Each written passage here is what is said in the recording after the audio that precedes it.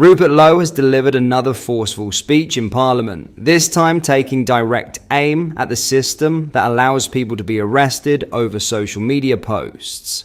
He makes it clear that he believes the entire approach is fundamentally wrong, not just flawed in parts. Lowe argues that the system has drifted far away from protecting free expression and is instead being used to police opinions, leaving ordinary people feeling intimidated and silenced. And many people, including us, share his frustration. We'll dive into this story in today's video, but before we get started, don't forget to like this video and subscribe right now. Only 12% of viewers are subscribed, so join the community and help us grow. The idea that someone can face legal consequences simply for what they say online raises serious concerns about freedom, fairness, and the direction the country is heading. His speech challenges Parliament to rethink what justice should look like in a modern democratic society. Have a listen to what he had to say.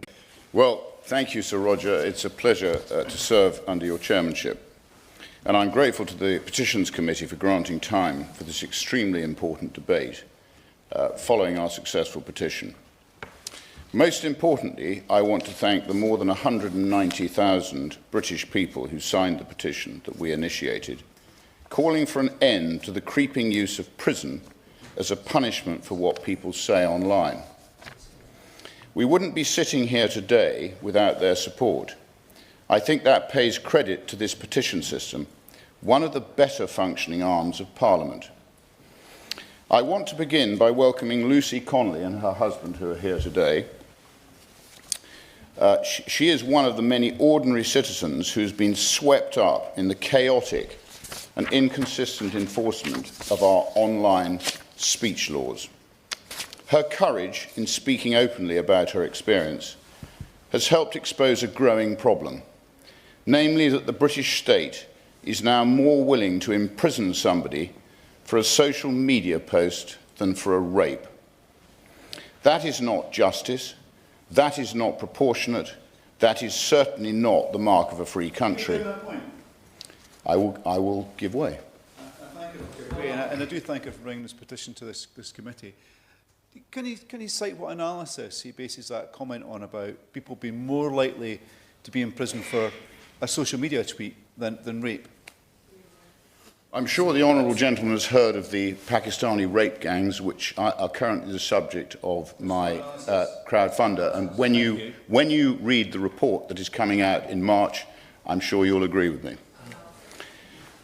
We are witnessing the steady expansion of what are essentially speech crimes, offences where there is no violence, no real threat of violence, and often no identifiable victim at all.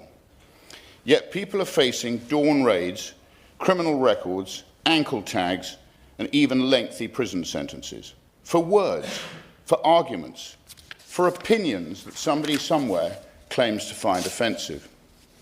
I have my own personal experience, a late-night police raid initiated by false allegations from former Reform Party colleagues relating solely to words I had allegedly spoken.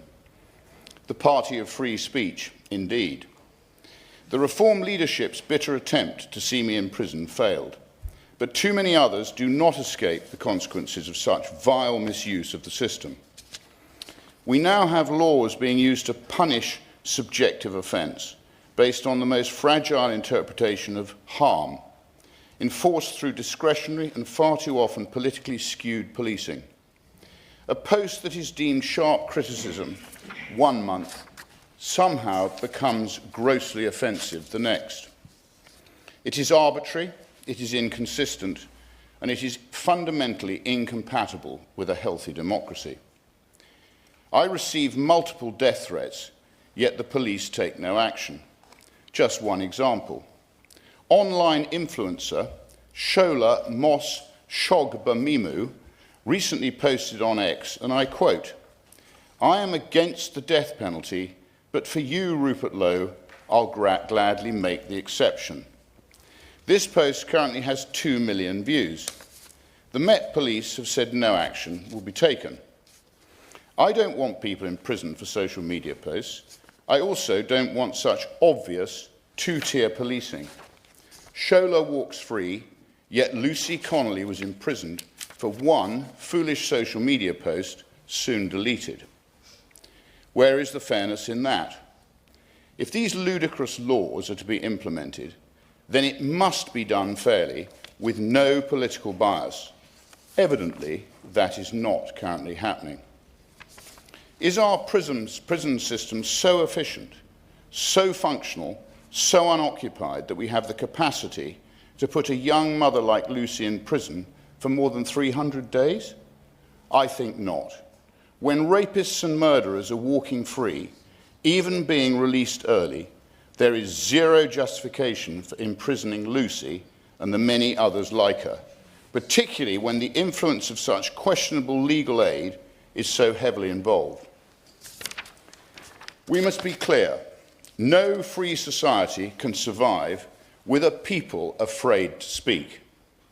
Democracy depends on robust argument, dissent, and the ability to challenge orthodoxy. As George Orwell so presciently stated, if liberty means anything at all, it means the right to tell people what they do not want to hear. Parliament needs to draw a deep line in the sand. In Britain, nobody should ever be sent to prison for an offensive social media post, full stop. That requires legislative reform.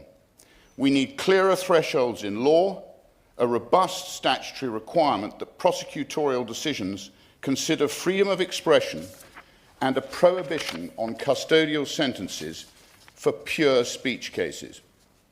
The poison of two-tier justice must be forensically extracted from our judicial system. This debate is not about whether we are prepared to live in a country where liberty exists only for those who never cause offence, an impossible and undesirable standard. To Lucy and to every other person who has found themselves dragged through the system for a post online, you deserve better from your government, and I sincerely hope today marks the beginning of a serious rethink in this House. Thank you. In the end, Rupert Lowe's speech cuts through the noise in a way very few MPs manage to do. He speaks plainly, challenges the system without hesitation, and raises issues that many people feel aren't being taken seriously in Westminster. Whether you agree with every point he makes or not, it's hard to deny the impact of his voice in the current political landscape. For many, he stands out as one of the most genuine and principled figures in Parliament today. And speaking personally, we think he's hands down one of the best MPs in Westminster. His honesty, clarity, and willingness to take a firm stand are qualities that a lot of people believe are missing in national leadership. If he ever chose to aim higher, it wouldn't be surprising to see strong public support behind him. What are your thoughts on what we discussed in today's video? Let me know down in the comment section below. If you have not yet already, make sure you do drop a like on this video and subscribe to the channel for more British content. Thank you, take care, goodbye.